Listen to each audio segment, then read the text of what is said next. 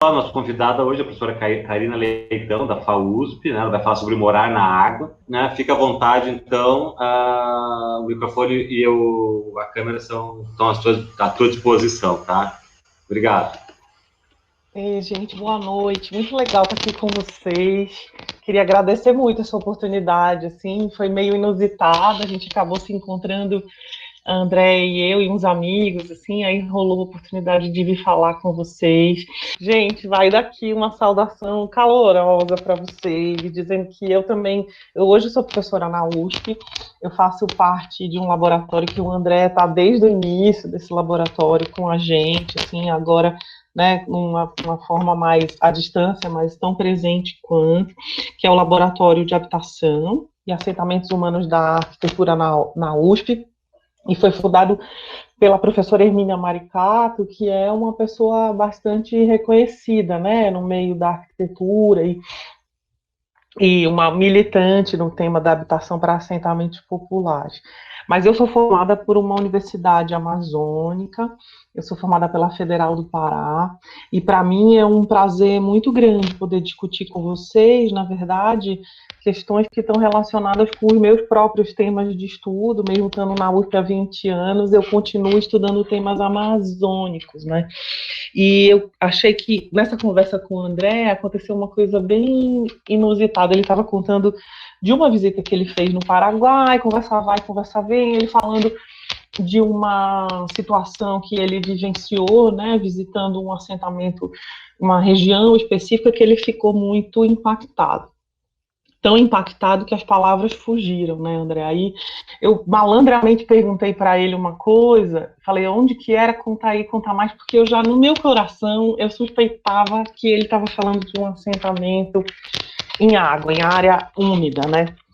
E suspeito disso porque meus alunos falam que eu sou a tarada das palafitas, mas na verdade que eu tenho uma tese que eu queria um pouco contar para vocês, assim, tem uns 20 anos, mais de 20 que eu já trabalho com assentamentos precários e ainda acho que dos tipos de assentamentos precários, os palafíticos, os em áreas úmidas, são os que têm condições de precariedade muito perversas, assim.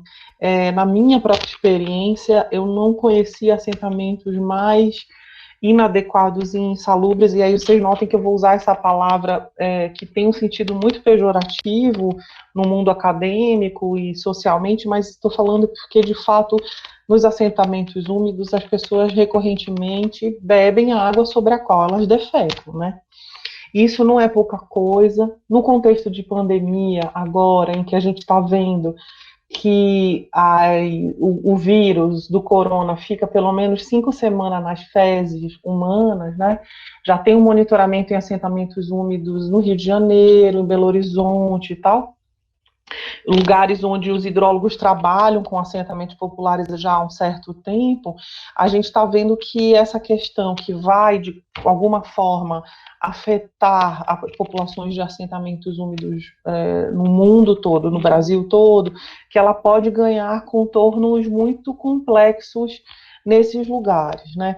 E aí eu deixei uma foto aqui para vocês, porque eu tenho feito uma pesquisa historiográfica, tenho vários orientandos que trabalham comigo as particularidades de assentamentos no Brasil, mas tem orientandos amazônidas e tem a felicidade deles me procurarem na USP e tal, e a gente tem feito um trabalho de historiografia, assim, e inclusive de recuperação de documentos, e nesse caso de fotos, né, esse é um registro de um fotógrafo que chama Marcel Gauthieron, que fez expedições no norte e no nordeste do Brasil, e que tem um olhar para essas palafitas e que denotam, em alguma medida, aquilo que a historiografia de favelas no Rio de Janeiro, por exemplo, documentou muito claramente, né, que a gente tem mais de um século de favela nesse país, e se vocês forem olhar, essa é uma imagem que não povoa o imaginário nem de um amazônida, né, quanto mais de um brasileiro. Esse é o mito de origem de uma favela em Manaus, por exemplo, para vocês verem essas palafitas de perna comprida que são muito recorrentes na Amazônia Ocidental. Então, se a gente tivesse numa conversa, num bate-papo, numa sala de aula, numa roda, a gente ia poder fazer de uma maneira mais orgânica, eu ia falando e vocês iam me perguntando sobre essas imagens, mas aí a gente vai fazendo isso na discussão final, né? Essa próxima imagem é um mosaico de assentamentos palafíticos que eu queria mostrar para vocês, para um pouco defender a ideia que já é de alguma maneira consolidada no mundo todo, assim, o fato de que assentamentos palafíticos eles são recorrentes no mundo inteiro, né? Assentamentos úmidos são recorrentes no mundo inteiro. E tem uns arquitetos por aí que acabam acionando essa temática à luz de uma ótica que é da tal de uma arquitetura anfíbia, assim. Tenho discutido com esse pessoal e gosto de fazer uma provocação assim bem contundente para não deixar dúvidas de que seres humanos não são anfíbios, ninguém vai morar perto da água porque é anfíbio. Todo mundo vai morar perto da água por alguma necessidade. E a urbanização próxima das águas, sobretudo a urbanização dos pobres, tem muito a ver com a falta de disponibilidade de terra seca, a dificuldade do acesso à terra, né? A concentração de terra na mão de algumas elites, e aí no mundo inteiro, os assentamentos úmidos, e sobretudo os palafíticos que eu estou aqui, em alguma maneira, reforçando para vocês, eles ocorrem no mundo inteiro e há muito tempo, né? No Brasil, a gente tem assentamento palafítico do Oiapoque, que é o Chuí, e palafita não é exceção, né? Ainda que dentre os assentamentos de tipo precário, popular, eles sejam das tipologias mais apagadas. Só para vocês terem uma noção, há estudos importantes arqueológicos, eu não vou me deter nisso, vou só deixar uns drops aqui de ideias para vocês, sensibilizar vocês para essa temática, que eu sei que não é muito recorrente nos cursos de arquitetura, assim, eu mesma tendo feito uma universidade na Amazônia, uma federal, né, a arquitetura numa federal amazônica, sei que esse tema é marginal, assim, cada vez mais marginal nas universidades federais, amazônicas também, e fala-se muito de uma arquitetura moderna e pouquíssimo, por exemplo, de uma arquitetura vernacular, popular, né. No mundo como um todo, o primeiro registro que a gente tem são registros arqueológicos nessa região ali dos Alpes, e aí Suíça, Itália, Alemanha ficavam debatendo quem que tinha tido assentamento palafítico, mas na verdade o primeiro registro dá conta de que esse achado na Suíça, quando um lago determinado secou, é o primeiro achado de palafitas no mundo. Os arqueólogos fazem coisas lindas que nós arquitetos temos muito a aprender, assim, com a forma como eles grafam assentamentos humanos, né? Estou deixando aqui para vocês um registro, porque eles fizeram tanto registros em maquete, quanto mapas que vão demonstrando, por exemplo, essa vila aqui em Berna, na Suíça, em que eles vão, não sei se vocês veem meu cursor, mas só para vocês verem, eles vão fazendo a marcação das casas a partir de cores e vão fazendo aquela contagem de carbono pela madeira, que eles sabem eles conseguem diferenciar o ano de construção da casa, né? Porque a contagem de carbono dá uma certa precisão. Como vocês podem ver, esse assentamento é um assentamento lacunar, né? A gente tem assentamentos palafíticos que estão sujeitos a diversos tipos de regimes hidrológicos, né? Pode ser em praia, pode ser em mangue, pode ser de frente de mar, frente de rio-mar, pode ser em arroio, como vocês aí no sul chamam, né?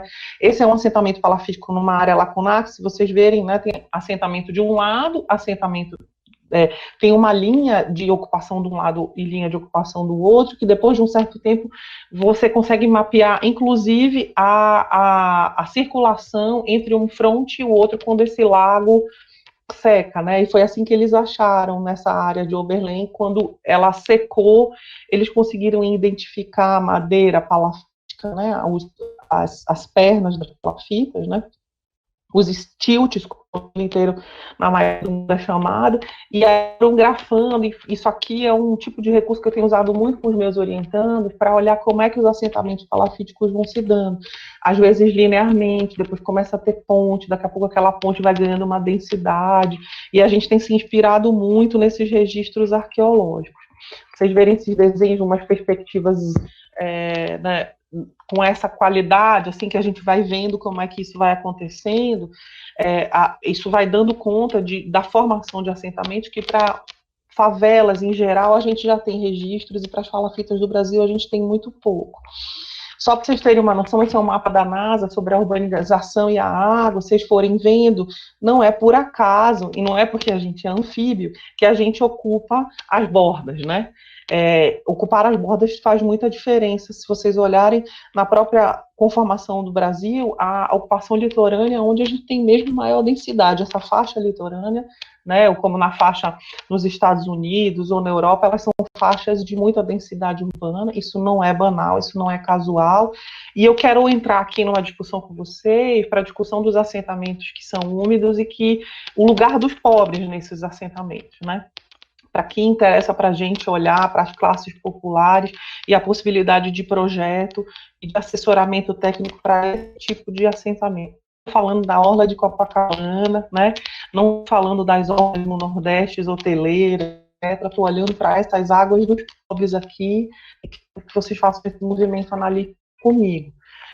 Só para dizer para vocês, alguns exemplos, assim, né, olha, o que é a orla de Manaus, por exemplo, né, nessa Amazônia ocidental, que é muito perto dos Andes e que tem variações hidrológicas muito grandes. Vocês vão ver que as palafitas lá precisam ter as pernas compridas, né, em Manaus o rio Amazonas, ele varia entre a estação seca e a estação úmida, cerca de 14, 16 metros. A gente tem duas cidades em dois momentos, né? Você não tem a variação de estação que existe aqui, né, mais para as zonas temperadas no Brasil, mas você tem variações entre inverno e verão amazônicos que são muito importantes. Isso não ocorre já quando o rio está chegando próximo do mar, né? Na região toda de Belém, por exemplo, e do Amapá, na Amazônia Oriental, o ritmo hidrológico, a variação hidrológica é completamente diferente, né? Não tem absolutamente nada a ver com essa que acontece desse lado da Amazônia. Então, só para vocês verem, olha, Macapá, aquilo que é já uma região menos de planície na Amazônia, você tem áreas de ressaca como essa, estava falando para vocês que eu tenho estudado como é que esses assentamentos vão acontecendo, como essas pontes vão acontecendo, né?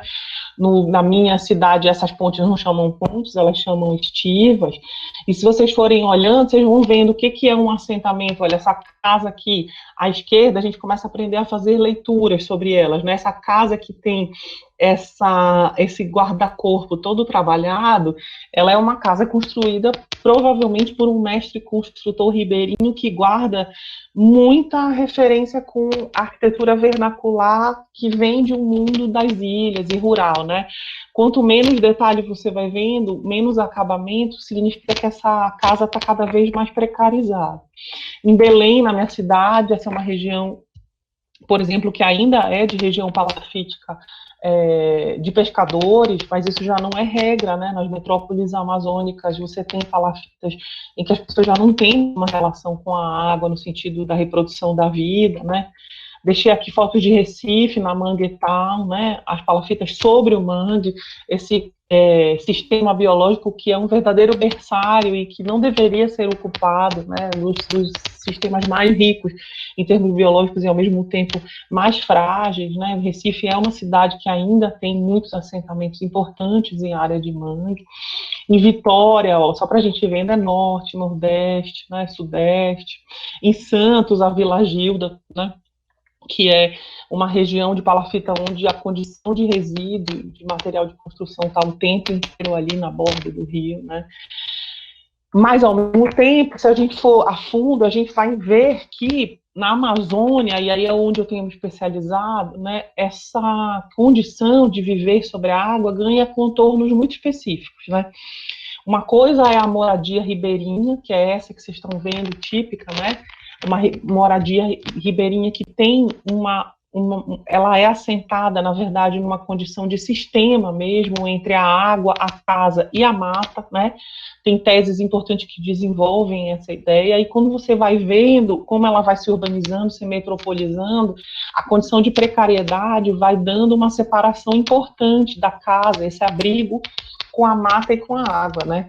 Aqui embaixo, no lado esquerdo, se vocês forem ver, a gente tem a conformação flutuante, que é muito rara no Brasil, hoje em dia. Ela é mais preponderante em regiões onde o regime hidrológico é de maior variação, por exemplo, no estado do Amazonas, você vê muito ainda casa flutuante, não mais em assentamentos, mas você ainda vê isso. É um tipo de coisa que no Palvoa, imagina que a gente fala disso nas escolas de arquitetura, né?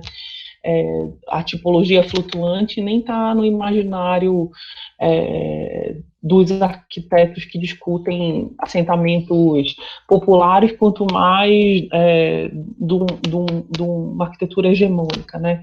Só para vocês verem, essa cidade, que chama Careiro da Várzea, no Amazonas, passa boa parte do tempo alagada.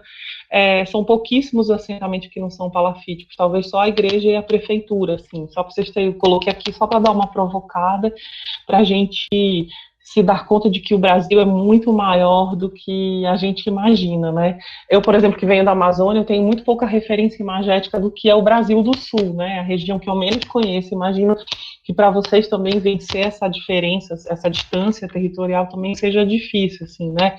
Para a gente ter na nossa cabeça. Olha aí, Careiro da Várzea, como é que é, né? Na época apesar dessa variação hidrológica ser conhecida, acontecer o tempo inteiro, a adaptação do assentamento ainda é muito precária para viver nessas condições. Eles fazem essas pontinhas, assim, para poder ir se localizando, se locomovendo, né? Coloquei aqui imagens de um lugar onde eu trabalhei, que chama Laranjal do Jari, que é a favela de uma cidade, de uma company town, dessas do projeto do Jari, né? A Amazônia foi toda povoada por grandes empreendimentos de minero-metalúrgicos, e junto com eles nasciam as favelas deles, né? Essa é um projeto Jari, que é uma cidade fechada, né, totalmente regulada pela empresa. Do outro lado do rio, você tem uma conformação como essa, em que todo mundo mora de um jeito favelado, né, palafítico, favelizado, numa baixada, que nem o prefeito tem casa sobre área seca, né. E aí eu queria falar um pouco sobre isso, porque a gente vai tendo no Brasil, olha, conformações palafíticas que são, em geral, destituídas, né? Ó, só para vocês verem, o fronte de Manaus é esse, ainda com essas palafitas de perna comprida, mas esse fronte, no início do século XX, 1910, 1920, era esse, né?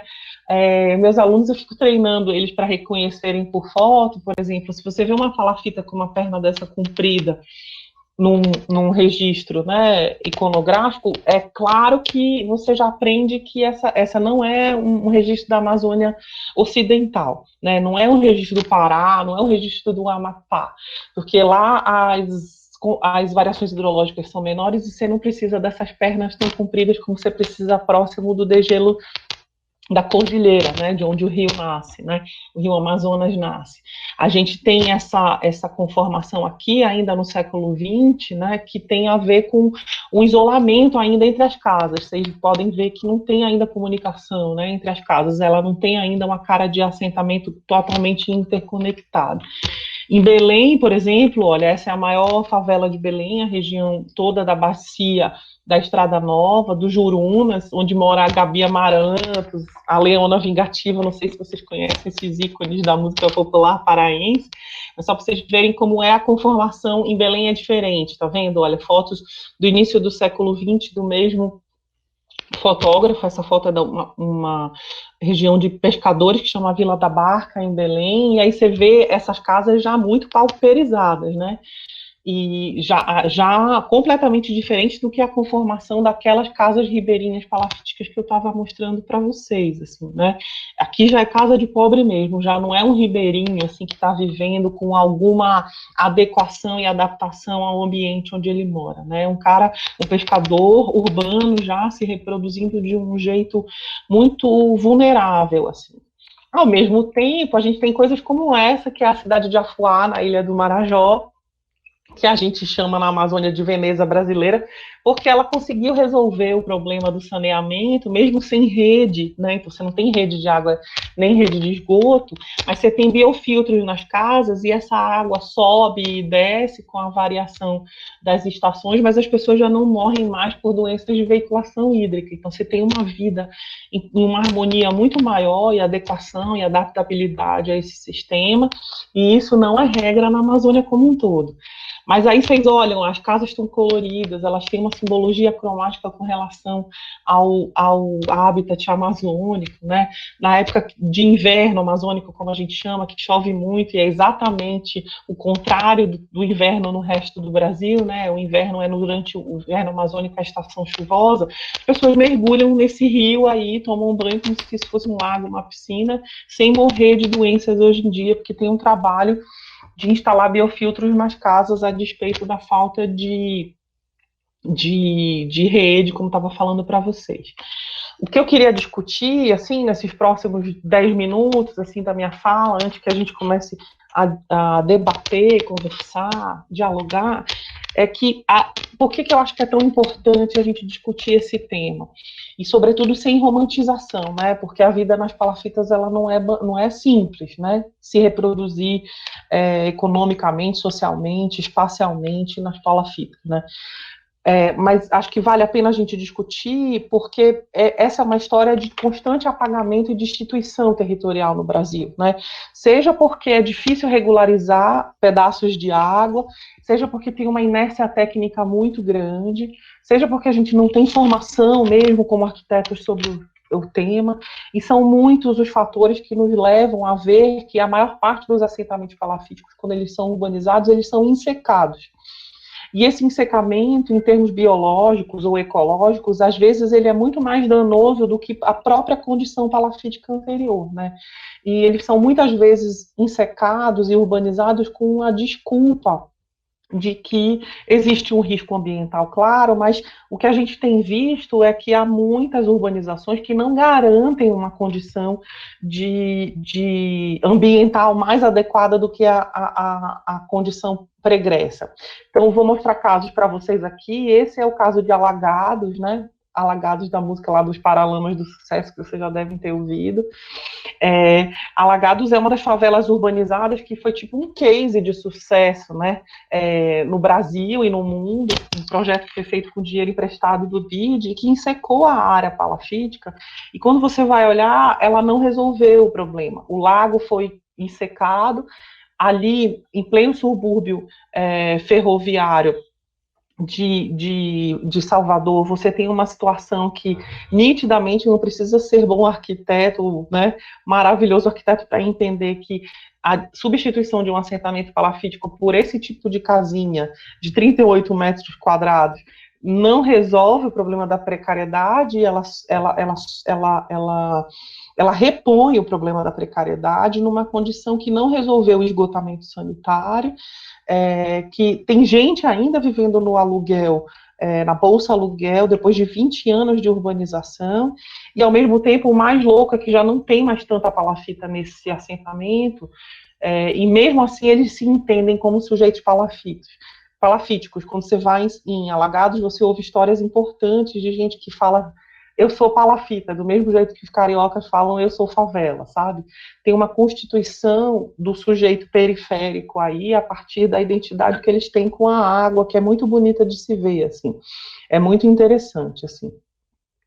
Em Vitória, por exemplo, queria falar desse programa que chama A Terra Mais Igual, nessa região. Olha, em Vitória você tem essa região de mangue, outro projeto importante do BID no Brasil, mas que também seca a água, né? Enseca uma parte do mangue, cria regiões, por exemplo, como essa, que são regiões de proximidade com o rio, e que, apesar de todos os limites do projeto, tem uma coisa muito interessante: eles deixam as pessoas mais próximas do rio do que os carros, coisa que é muito rara nos projetos de urbanização no Brasil, assim, né?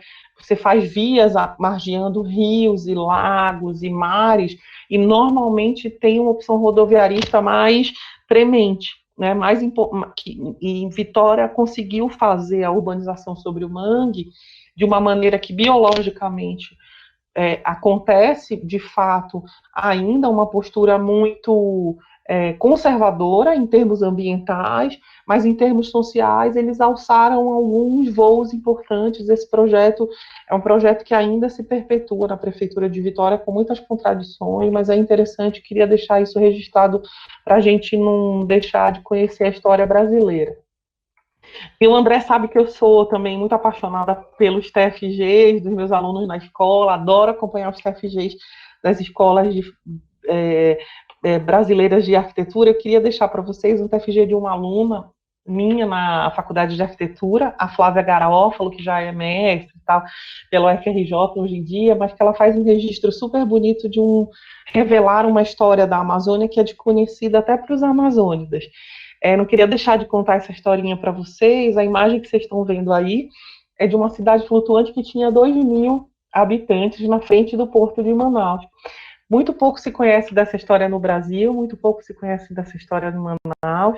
Esse assentamento é um dos assentamentos que existiam na década de 60, nessa região da Amazônia Ocidental, e mais especificamente Manaus, que tinha outras cidades flutuantes. Esse é o mais populoso. Como vocês podem ver, as casas eram feitas sobre toras de madeiras e atracadas umas nas outras, né? Então esse assentamento ele não tem um desenho regular, ele ia mudando de acordo com a variação hidrológica e o movimento da maré, né? Essa história é muito bonita porque, a despeito dela ser relatada nos jornais, da mídia empresa, na mídia hegemônica, como o lugar dos malandros, dos insalubres, quando a gente, que é arquiteto mais militante, assim, quando lê a história, você fala, porra, queria morar nesse lugar, porque aí tinha os bares, a música boa, a vida prostituída, as pessoas fazem sexo, e o resto da cidade era aquela coisa afrancesada da Belle Époque, da borracha na Amazônia, muito mais sem graça.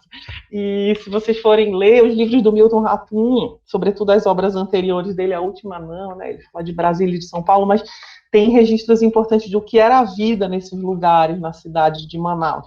A cidade flutuante era o lugar da boemia, da prostituição, aparentemente bastante divertida, mas era também um lugar de dificuldade de se viver assim, né? O que o governo militar faz nesse momento é derrubar, na verdade, afundar essa cidade. A gente não tem registro histórico desse afundamento, e eu gosto de deixar para os meus alunos uma coisa que eu acho super bonita. No livro Dois Irmãos, o Milton Ratum, que é arquiteto, foi professor de História e Estética na Federal de Manaus, ele descreve com muitos detalhes essa história da derrubada da cidade flutuante. Essas pessoas elas foram retiradas daí, levadas para um conjunto habitacional a 30 quilômetros dessa região, no norte de Manaus, e o único registro que a gente tem desse afundamento dessa cidade flutuante é uma ilustração de um romance gráfico, de uma versão, né, do Dois Irmãos, que dois ilustradores desenharam, Fábio Munho e Gabriel Bar.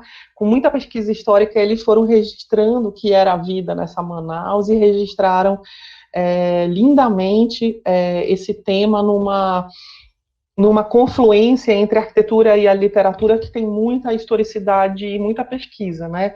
Esse é um outro tema que é bastante importante, eu acho, para muitas escolas de arquitetura. A gente já sabe que os nexos entre a arquitetura e a literatura são muito importantes em termos de pesquisa. Não queria deixar de passar esse registro aqui para vocês.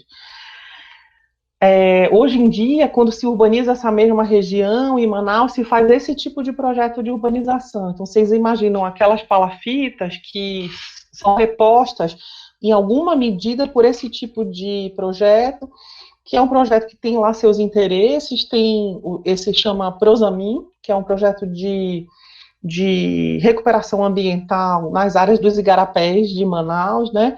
Na Amazônia, um rio só é rio quando ele tem horizonte de mar. Um rio menor, né? Um arroio para vocês é um igarapé, né? Um rio que você vê as margens, ainda, sei lá, tô pensando em São Paulo, Tietê, o Pinheiros, eles são igarapés, eles não têm o tamanho de rio para que uma Amazônia entende como rio, né? Menor ainda são os furos.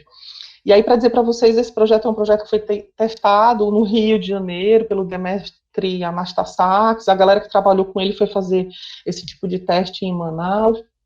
E por mais que ele tenha uma super variação de implantação, esse projeto se revelou bastante inadequado para o bioma amazônico. Vocês imaginam essas janelas com balaústres com as chuvas que você tem na Amazônia, e aí o pessoal vai tendo que adaptar e colocar ar-condicionado em paredes que são feitas com alvenaria estrutural. Daí o projeto não pode quebrar a parede para pôr rede, a galera começa a quebrar mesmo, porque não dá para viver sem rede na Amazônia. Então teve uma dificuldade de adaptação muito importante.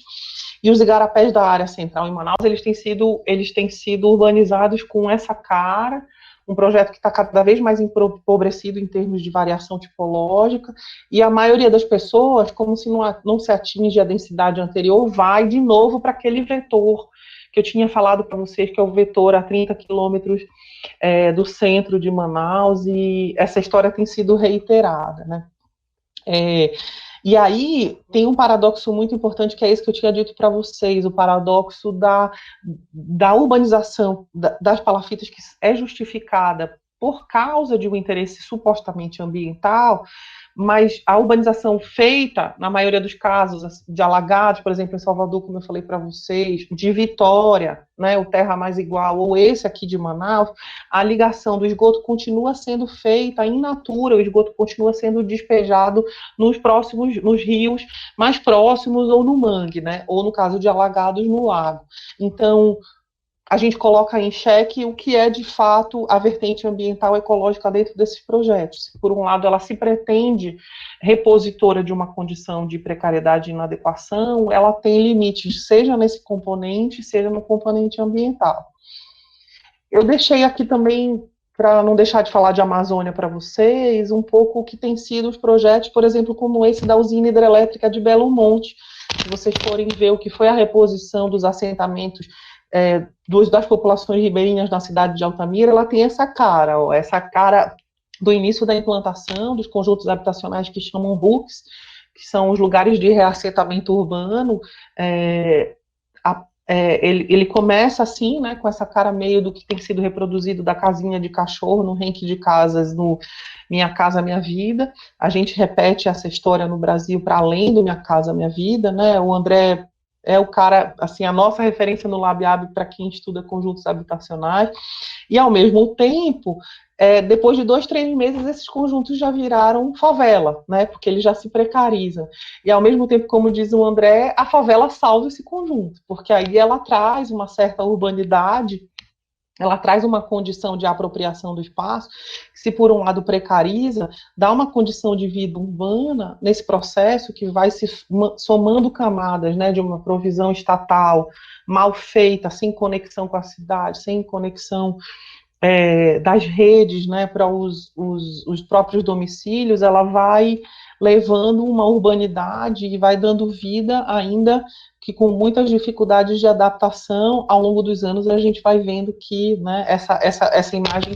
é de um aluno meu logo 3 meses depois do conjunto entregue. Assim. Hoje em dia, se a gente for olhar com mais cuidado, a gente vai ver que já está bem mais adaptada à condição, né? E eu não queria deixar de pôr uma coisa que eu achei na internet, que eu achei muito legal, para falar do trabalho do ateliê vertical que rolou aí, pelo que eu entendi, na Federal de vocês, no segundo semestre de 2019, nessa região do Porto da Barra, né, comunidade de pescadores aí de vocês, e eu fiquei com muita vontade da gente discutir o que foram os resultados desse ateliê vertical. Se por um lado eu discordo da abordagem dele a partir do paradigma da resiliência, acho que essa tal da resiliência é um teminha da moda, assim, no urbanismo e na arquitetura. Por outro, gosto muito que vocês tenham tido essa oportunidade de olhar, fazer mapa afetivo, mapa mental. Não sei se algum de vocês estava envolvido nesse ateliê. Fiquei muito feliz de ver que vocês tiveram a oportunidade de olhar para esse Pontal da Barra de um jeito que foi mapeando também as identidades das pessoas e como a vida delas estava organizada com o regime hidrológico, né? Uma comunidade, assim, manter a relação com a água para uma comunidade de pescadores não é banal, assim, né? E aí vi uns exercícios de projeto, achei esse num livro que é da Casa Palafítica, não sei se vocês conhecem, da produção de vocês mesmos. Achei esse outro com uma outra tipologia e fiquei super interessada em discutir esse tipo de coisa com vocês. Porque se, por exemplo, tem uma adaptabilidade muito grande. Queria fazer uns paralelos com vocês, assim, se essa planta fosse uma planta no Rio Amazônico, você jamais veria uma casa dessa sem a implantação de onde haveria rede, assim, sabe? Um estudo tipológico desse você já tem que prever na Amazônia. Eu, aliás, gostaria de deixar bem divulgado para vocês que eu sou uma especialista em alocar onde você vai chumbar a sua rede e desafiar os parâmetros técnicos para alocar rede. Na Amazônia você mora, as pessoas moram em rede, dormem em rede até na cozinha, né, nos paradigmas de coabitação que a gente tem. E achei super interessante essa casa, porque essa é uma casa mais adaptável para a região sul mesmo, para esse tipo de bioma, e tem uma coisa super bonita, né, que é articular com o uso comercial, assim. Mas ela jamais seria uma casa palafítica para a Amazônia, né? Ela é uma casa palafítica para essa região mesmo aí, que a gente poderia discutir vastamente. E aí eu queria deixar uma provocaçãozinha para vocês aqui, para ir concluindo já minha fala em 35 minutos. Esse peixe é um peixe amazônico que chama tralhoto. E os olhos dele podem enxergar na água e podem enxergar na terra. Eles são meio vesgos, assim, esse peixe, e tem uma série de lendas e coisas sobre ele na Amazônia, mas deixei ele aí para a gente pensar que arquiteto que trabalha com ambiente úmido tem que ter essa capacidade, assim, sabe, de olhar para a terra e olhar para a água como um tralhoto olha. E queria discutir isso à luz do que são os assentamentos nos arroios de vocês, palafíticos ou não. Queria que o André falasse da experiência que ele teve no Paraguai, para a gente falar um pouco do que é essa precariedade latino-americana sobre as águas. E queria muito ouvir vocês sobre as minhas provocações, assim. É isso.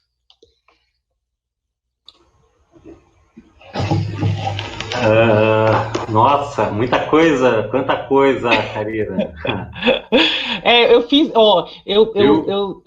Eu pensei, sabe, se eu falava tudo que eu estava com ideia na cabeça, mas eu falei assim, jogar um monte de referência, na verdade, aí tem muito uma vida de pesquisa como arquiteta nessa área e que eu queria muito ter oportunidade de socializar com vocês.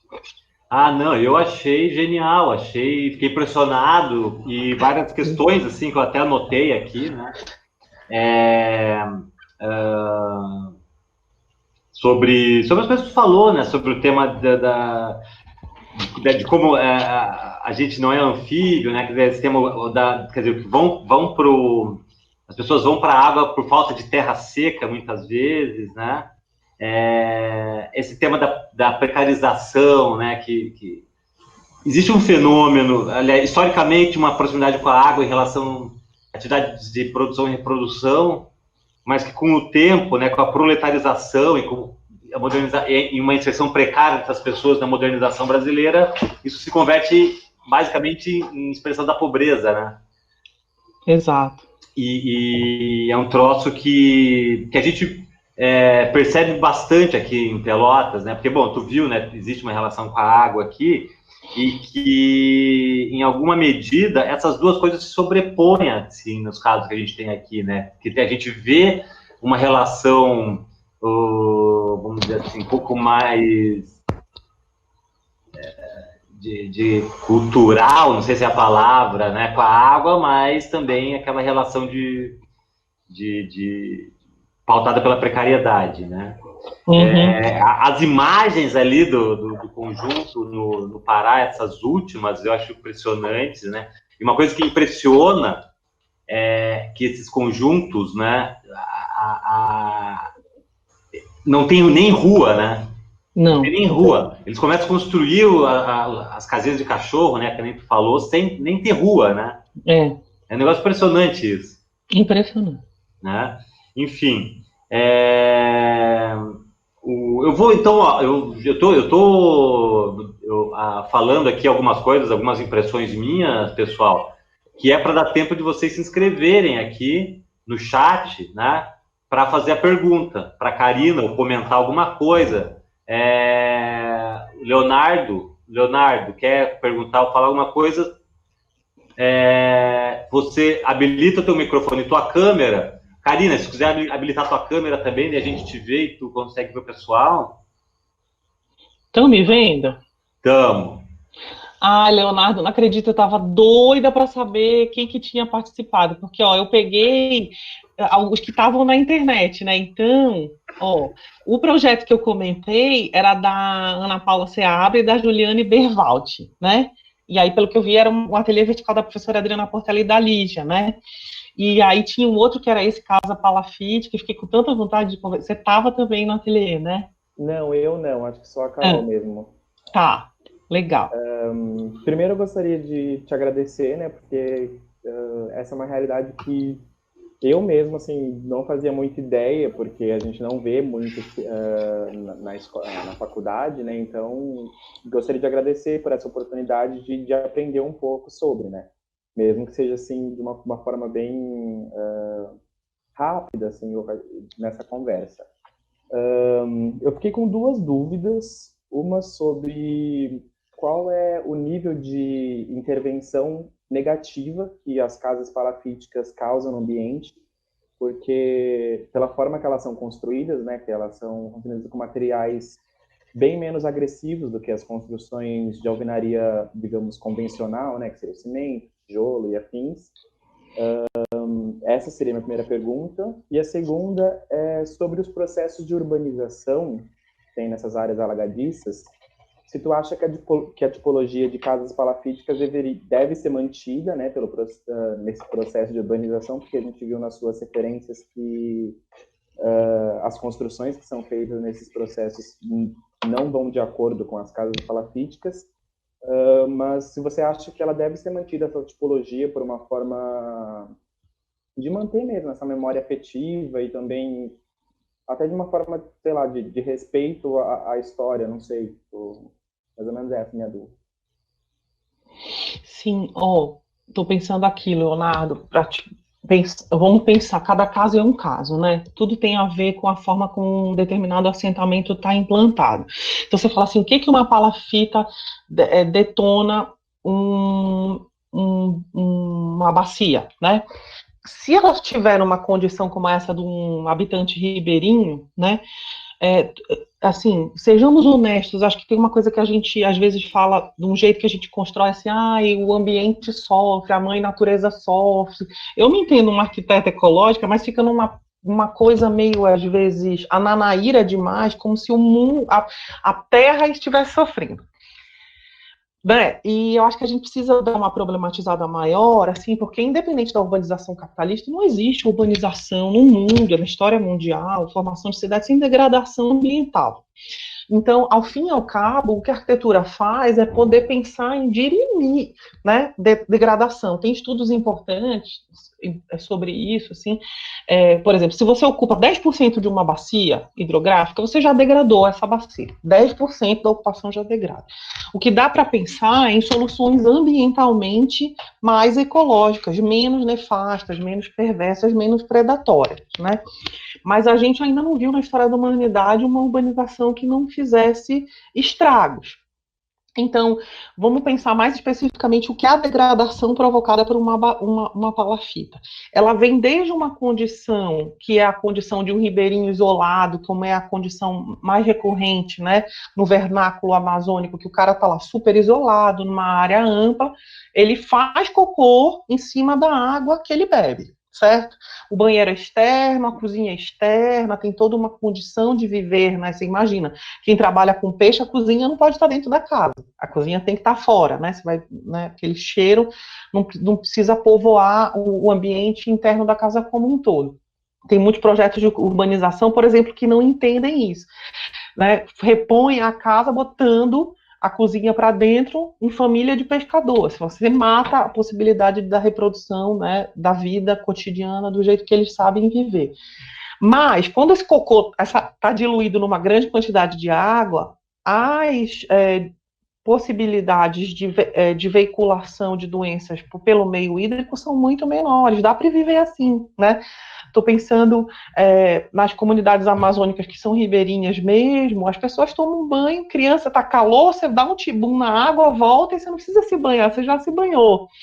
Tem uma dificuldade grande, assim, trabalhei em projeto de urbanização, que depois o cara faz o banheiro, assim, e as primeiras vezes que as pessoas vão tomar banho na vida de chuveiro, são quando tem também um projeto de urbanização.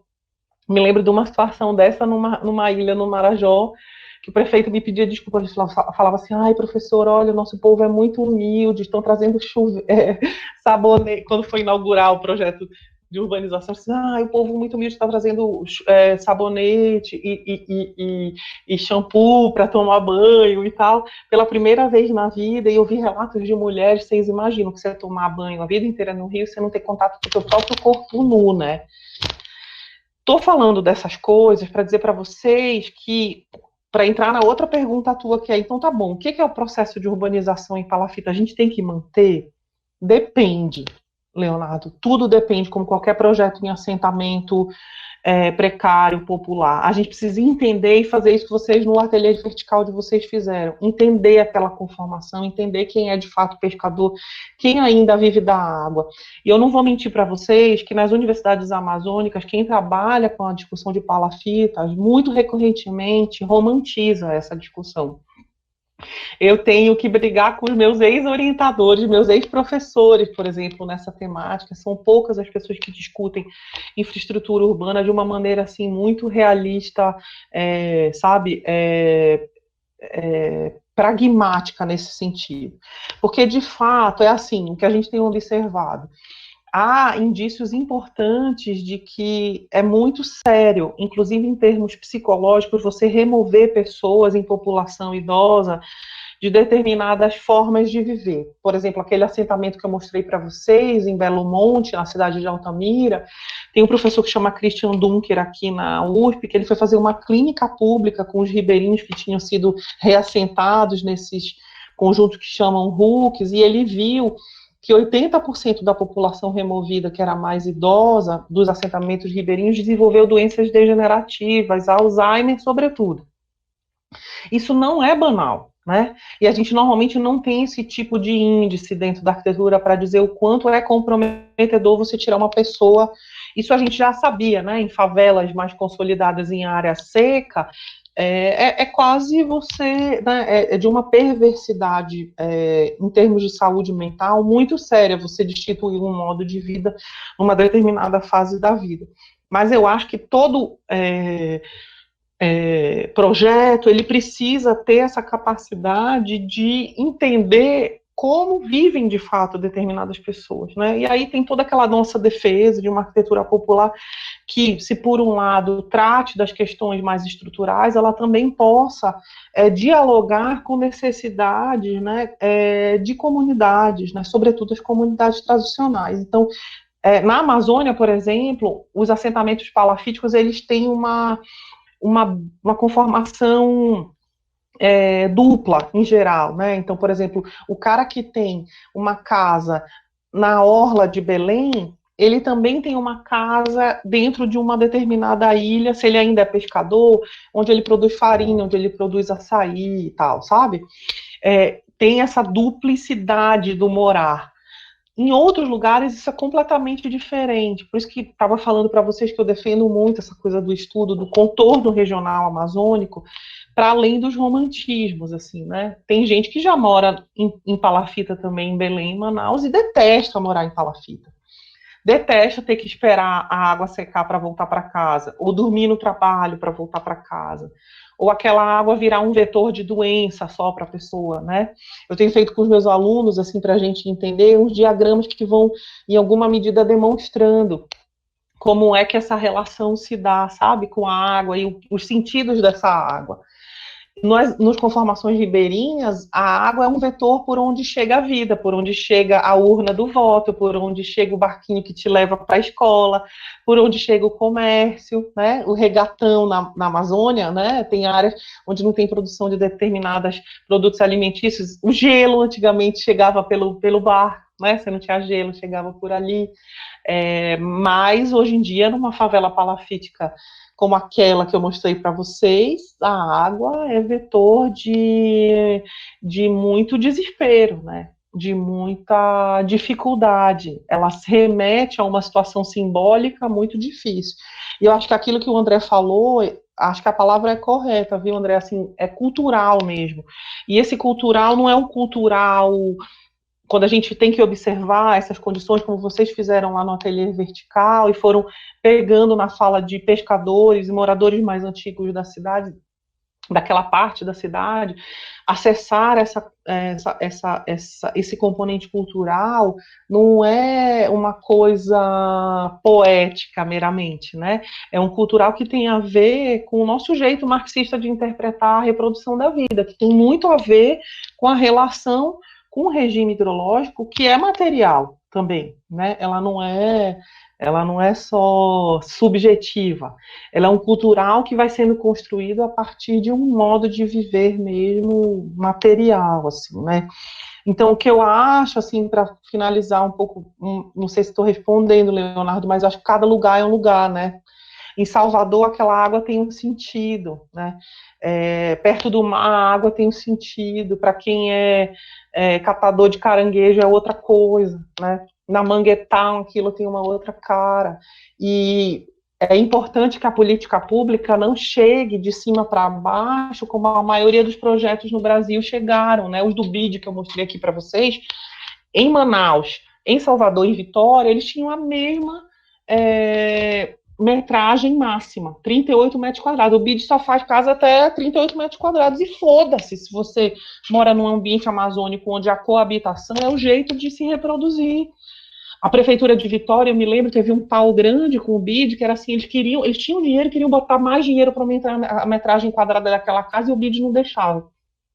Chegou uma hora que eles falaram, olha, a gente só faz se vocês aumentarem, e aí eles conseguiram, a prefeitura botou dinheiro, chegaram aos 42 metros quadrados. Foi a única prefeitura no Brasil que conseguiu fazer urbanização e assentamento palafítico negociando uma coisa que foi um parto, assim, para conseguir, sabe? Então, acho que cada lugar é um lugar, cada assentamento é um assentamento, e a gente luta por uma arquitetura que consolide coisas de um jeito em que a gente não fique simplesmente reproduzindo a inércia técnica de fazer do jeito que a gente acha que tem que ser feito, né? A gente precisa olhar para esses assentamentos e reconhecer em que momentos eles podem ser, de fato, mantidos numa relação com a água, e para que setores dessa população precisa ser mantido. Agora, o desafio de regularizar pedaço de água, esse é um desafio que a gente ainda não alcançou. Acho que a Caroline quer falar, né? Deixa eu ver aqui. É que eu tinha me inscrito. Ah, tá, pode falar, André. Não, mas eu vou deixar, mas é que como a Caroline ela tinha falado ali antes que participou do ateliê, eu vou deixar ela falar antes, né? Porque daí ela fala, depois eu transfiro a minha inscrição. Não, pode falar, Caroline. Fica à vontade aí que depois eu até me inscrevo de novo aqui. Pode abrir o microfone e a câmera, Caroline.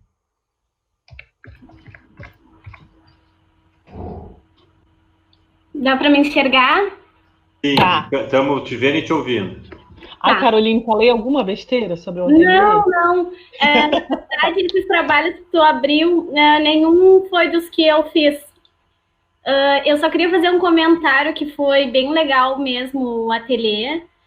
A gente viu uma realidade que é totalmente diferente da nossa, e foi muito interessante porque nós fizemos 2 visitas lá. Então, a gente conversou com os moradores para saber o que eles realmente assim, gostariam que tivesse na área, o que realmente faltava, porque o Pontal da Barra mesmo, ele é mais distante assim, do bairro do Laranjal, né? Tem um trecho que, eu não me lembro assim quantos quilômetros, mas eu acho que eram uns 2 quilômetros, que eles falavam muito assim da questão da falta de iluminação nesse trecho, da questão das inundações, e foi bem interessante, assim, aprender sobre essa realidade das pessoas que dependem da pesca para sobreviver, né, e também, tipo, pensar sobre essa questão de tu projetar, e levando em consideração que é uma zona de inundação, e os anseios dos próprios moradores, sabe? Porque eles tinham muito essa sensação, assim, de pertencimento, que foi uma coisa que a gente ficou muito evidente durante as entrevistas. Que eles tinham muito orgulho, assim, da profissão deles, e perceber essas coisas e conseguir projetar a partir disso. Eu achei que foi bem interessante. Caroline, posso te fazer umas perguntas? Pode. Então tá, ó, vamos conversar. Aí, todo mundo conhece o Pontal? É um lugar que as pessoas frequentam? Ou é uma coisa meio difícil, apagada para a cidade como um todo? Então, eu acho que não. Até na nossa turma, a maioria dos alunos assim, nem conhecia. Nunca tinha ido lá? Tinha gente que nunca tinha ido. Tá, ali a relação com a água, você chegou a... Tá aí, olha, uma coisa que a gente vai fazer projeto em área assim, né? Uhum. Uma das coisas mais importantes é entender aquele regime hidrológico, né? Sim. E aí, por exemplo, nas nossas pesquisas, inclusive no LabAB, no nosso laboratório, a gente está cada vez mais estudando assim, as questões de infraestrutura e falando com a galera da hidrologia. É muito raro ter hidrólogo que trabalhe com favela, né? São poucos os lugares. No sul tem uma galera em Santa Maria que é legal pra cacete, assim, são uns puta hidrólogo faveleiro. Em Pernambuco tem, Belo Horizonte tem, mas é muito raro. Tem uma galera que só sabe pensar o projeto convencional. Mas vamos pensar, ali como que é ali é rio, é mar, conta para todo mundo como que é. Na verdade, é o arroio. O arroio e tem a ligação com a Laguna dos Patos, né? Ou seja, tem uma movimentação hidrológica com uma conformação lacunar. Mas você nota que se a gente for olhar, então a conformação ali ainda não tem uma densidade muito grande, né? O Pontal, ele tem uma cara ele é mais linear a ocupação, né? Eu mostrei para vocês, quando vai adensando, vai rolando o ponte, ele tem uma via, né? Tem, lá bem no finalzinho, assim, a gente chegou até a caminhar até lá. As pessoas que moram depois dessa pontezinha, não chega nem luz lá. Não chega nem... E aí eles vivem como? Eles têm gerador? Eu não sei te dizer, mas... Porque a gente não chegou a conversar com essas pessoas do outro lado. Porque quando eles são pescadores, tem essa coisa super necessária de manter o peixe, certo? Por exemplo, se a gente for olhar na Ilha do Marajó, a luz só chegou assim na rede da cidade com o governo da Dilma, com aquele programa que chama Luz para Todos. Era um programa barato pra cacete, só foi chegar assim, você ia ao Marajó, nas ilhas na Amazônia, a maior parte do tempo, lugares que são produtores de energia hidrelétrica, por exemplo, Altamira, que é uma cidade onde tem uma planta hidrelétrica importante, né, produz energia, o leão passa em cima da tua cabeça e você não tem a energia chegando na tua casa, que é de uma violência, você imagina, né? Se trabalhar na hidrelétrica, você não ter... E ser pagar das energias mais caras do mundo, assim, né? Também tem isso, a Amazônia tem essa cara, assim, né? Aquele assentamento que eu mostrei ali, no Laranjal do Jari, no Amapá, é a mesma coisa. Mas é importantíssimo você ter a possibilidade de refrigeração quando você é pescador. E aí, normalmente, quando você tem essa conformação de um rio com um ambiente lacunar, tem uma movimentação que, se você não cuidar, o esgoto, o cocô fica todo represado no lago. Sim. Uma coisa é um assentamento que está numa beira de uma água e essa água está o tempo inteiro vazando, né?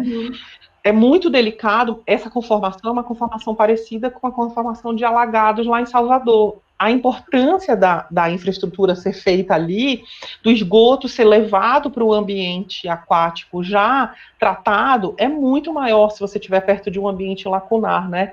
Num ambiente marítimo, por exemplo, se eu for pensar a orla de Copacabana, o que os caras no Rio fazem e que dá certo? Eles têm um emissário, né, que pega da ponta da orla até 200 metros, joga lá 200 metros no mar o cocô, e tudo bem. Dá para tomar banho sem morrer, mas você só jogou o cocô in natura sem tratar. Num assentamento como esse, do Pontal, não dá para jogar sem tratar. Ou você joga em outro lugar, faz um cocô tour e leva para outro ponto da cidade in natura, mas seria muito ecologicamente errado você continuar jogando ali, né? O cocô naquele lugar.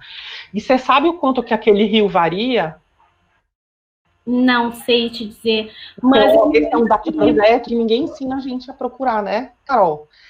Sim. A primeira coisa que você tem que saber quando você vai fazer um projeto para uma região como essa é saber quanto aquela água sobe, quanto aquela água desce. E se você conversar com os mestres construtores, com as pessoas que moram, eles fazem a perna da palafita já pensando naquilo. né? Na verdade, eles fizeram uma marcação nas paredes, assim, e eles mediram mais ou menos, era uns 80 centímetros do que subiu a água da última vez que teve inundação. Mas entrou na casa, então, né?